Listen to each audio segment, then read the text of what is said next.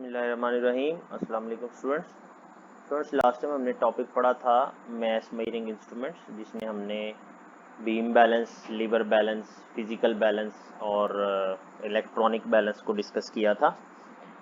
आज हम time measuring instruments के बारे में पढ़ने जा रहे हैं, ऐसे इंस्ट्रूमेंट जिनसे टाइम मेजर हो सकता है। तो टाइम मेजरिंग इंस्ट्रूमेंट में जो बेसिक इंस्ट्रूमेंट है जो लेबोरेटरी में भी यूज़ होता है, दैट इज़ स्टॉप वॉच।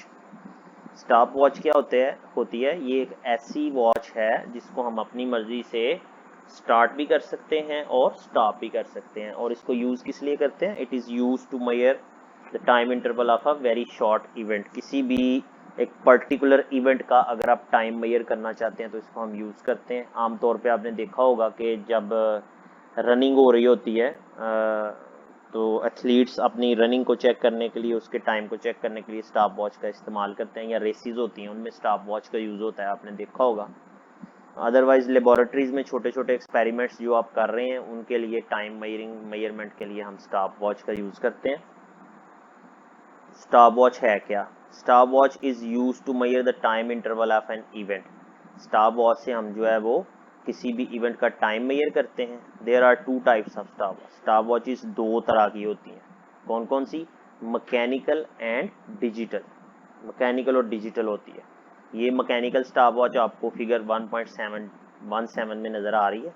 इस स्टॉप वॉच को अगर आप गौर से देखें तो इसके अंदर आपको एक बड़ी नीडल नज़र आ रही है और एक छोटी नीडल। ये जो बड़ी नीडल है ये सेकंड्स को मेजर करती है और छोटी नीडल जो है वो मिनट्स को मेजर करती है।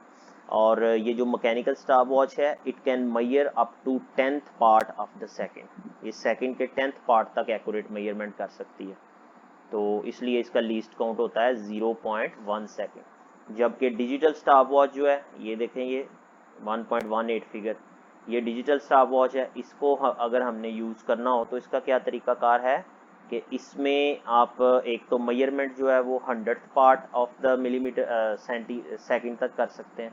मतलब इसका जो लीस्ट काउंट है वो 0.01 सेकंड होता है। और इसमें स्टार्ट और स्टॉप जो है वो उसी तरह से जैसे हम इसको कर सकते हैं मैकेनिकल को, उसी तरह से इसको भी स्टार्ट और स्टॉप अपनी रिक्वायरमेंट के मुताबिक कर सकते हैं। लेकिन फ़र्क क्या है कि जो मैकेनिकल स्टॉप वॉच है उसके ऊपर ये जो एक बटन बना हुआ है ना, इससे ही हम इसको स्टार्ट करते हैं और इसी से स्टॉप करते हैं, और तीसरी दफ़ा इसको प्रेस करने से ये दोनों नीडल्स जो है वो ज़ीरो पे आ जाती हैं। जबकि ये जो डिजिटल स्टॉप वॉच है, इसमें स्टार्ट और स्टॉप का बटन अलहदा होता है और रीसेट का बटन यानी कि ज़ीरो पोजीशन पे लाने वाला बटन जो है वो अलहदा होता है। आजकल ये डिजिटल स्टॉप वॉच इस्तेमाल हो रही है लेबोरेटरीज़ में भी, और आमतौर पे भी मैकेनिकल स्टॉप वॉच का जो इस्तेमाल है वो तकरीबन ख़त्म हो गया। तो लेट्स रीड आउट। कहता है mechanical stop watch can measure a time interval up to 0.1 second. Mechanical stop watch जो है ये 0.1 सेकेंड तक मेजरमेंट कर सकती है टाइम की। जबकि डिजिटल स्टॉप वॉच जो है commonly used digital stop watch commonly used in laboratories can measure a time interval as small as 1/100 second or 0.01 second। तो इसका जो है वो लीस्ट काउंट आ गया 0.01 सेकेंड। अब स्टॉप वॉच को यूज़ कैसे करना है? पहले मैकेनिकल का यूज़ बताया हुआ है, फिर उसके बाद डिजिटल का। कहता है mechanical stop watch has a knob that is use to wind the spring that powers the watch. कहता है इसमें ये नॉब होती है, वो जो ऊपर वाला बटन है, उसको घुमाने से इसको हम जो है वो चार्ज करते हैं। विंड करने का मतलब होता है इसको चाबी देना, जैसे हम छोटे खिलौनों को चाबी देते हैं ना, ऐसे इसको चाबी दे देना, इससे फिर ये चलती रहती है। इसको कहते हैं विंड करना। It can also be used as start, stop and reset button. और यही बटन जो है प्रेस करने से स्टार्ट भी करता है और वॉच को स्टॉप भी करता है और रीसेट भी करता है। The watch starts when the knob is pressed once. ये वॉच जो है घड़ी शुरू हो जाती है, स्टार्ट हो जाती है जब नॉब को पहली दफ़ा प्रेस किया जाए। व्हेन प्रेस्ड सेकंड टाइम, जब दूसरी दफ़ा प्रेस किया जाए, इट स्टॉप्स द वॉच, ये घड़ी को रोक देती है। while the third press brings the needle back to zero position, जबकि तीसरी दफा प्रेस करें तो नीडल जो है वो जीरो पोजीशन पे आ जाती है। ठीक है जी, तो ये आ गया यूज मैकेनिकल स्टॉप वॉच का। उसके बाद डिजिटल को कैसे यूज करते हैं ये देखें जरा।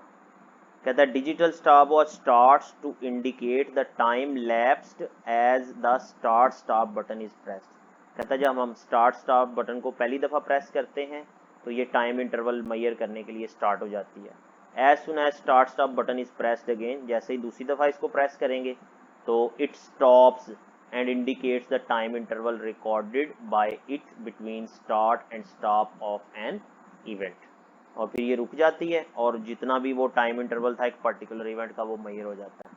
अ reset button restore its initial zero setting. Reset button से हम इसकी जीरो सेटिंग पे वापस आते हैं।